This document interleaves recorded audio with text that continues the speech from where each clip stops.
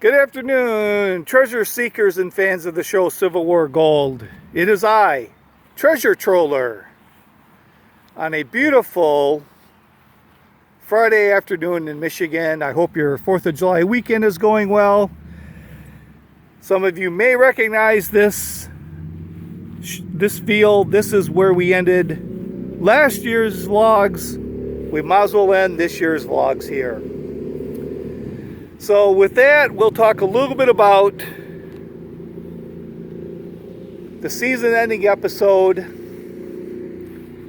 and a little bit of what's coming up, possibly. So,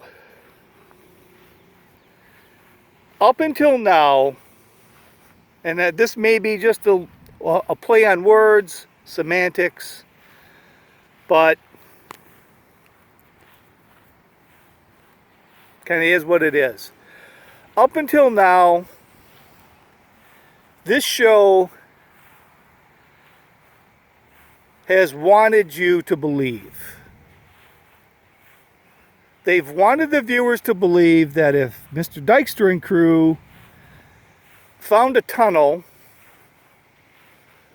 found a structure underneath the water, found a Civil War coin or era coin in Abbeville, Georgia, and maybe the same in Allegan, Michigan, and if they put their hand on a train that's buried underneath 4 feet of beach sand, you would believe in their theory. They wanted you to believe in their theory.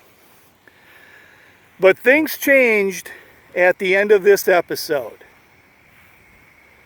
Now they're asking you to believe. They're asking you to believe in the rat bastard theory. They're asking you to believe that some rat bastard painted bricks gold and dumped them in Lake Michigan.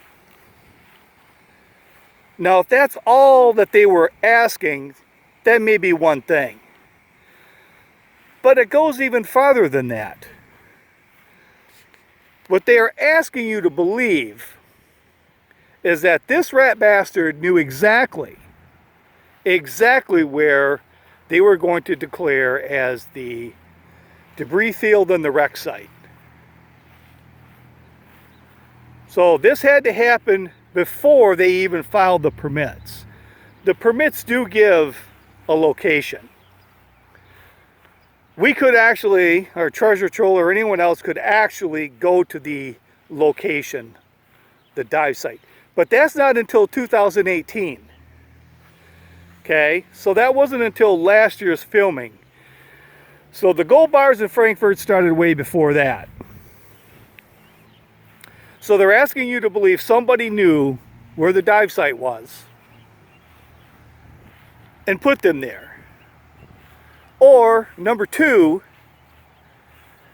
some rat bastard made them believe that there was gold bricks down there and they were looking in a different area. Because I can tell you right now, the permits were really not for those bricks. Okay, the permits that they sought and that they did receive, and unfortunately, the bad news is that these permits are good till 2023. So, I guess they can drag this on for another 4 years if they so desire. The permits are to dredge or excavate 3 5x5 areas on the bottom of Lake Michigan. 3 5x5 areas. And the word I couldn't think of in the last video was sidecast. They cannot sidecast any debris or waste from their excavating site. They must take everything up by the 5-gallon buckets and then take it offshore or take it off-site and sift through it. I'm pretty sure they're talking about taking it on land and doing it there. So technically these painted bricks had nothing to do with the dig site. But, you know, that brings in, you know, the Nostradamus theory. If someone knew, the rat bastard knew, somebody planted them in the exact same spot, or they were looking in a different, these were planted in a different area and they went down and looked in this different area. But they're asking you to believe that some rat bastard did this. So I think that's kind of it. I'm going to review some of the documents. I'm probably going to have a couple more videos. One is going to be a little bit of the backstory on the email that I read in the last vlog. And the next one, I'm going to look over some information that I received back from through state of Michigan emails with regard to whether they could bring something up or not. I mean, it's a bit immaterial, but for myself, I'd like to at least have an educated answer on it. So, I think the Shark Tank has officially been jumped. Now they're no longer showing you stuff so that you want to believe it's true. They're showing you things, they're telling you things, and they're asking you to believe.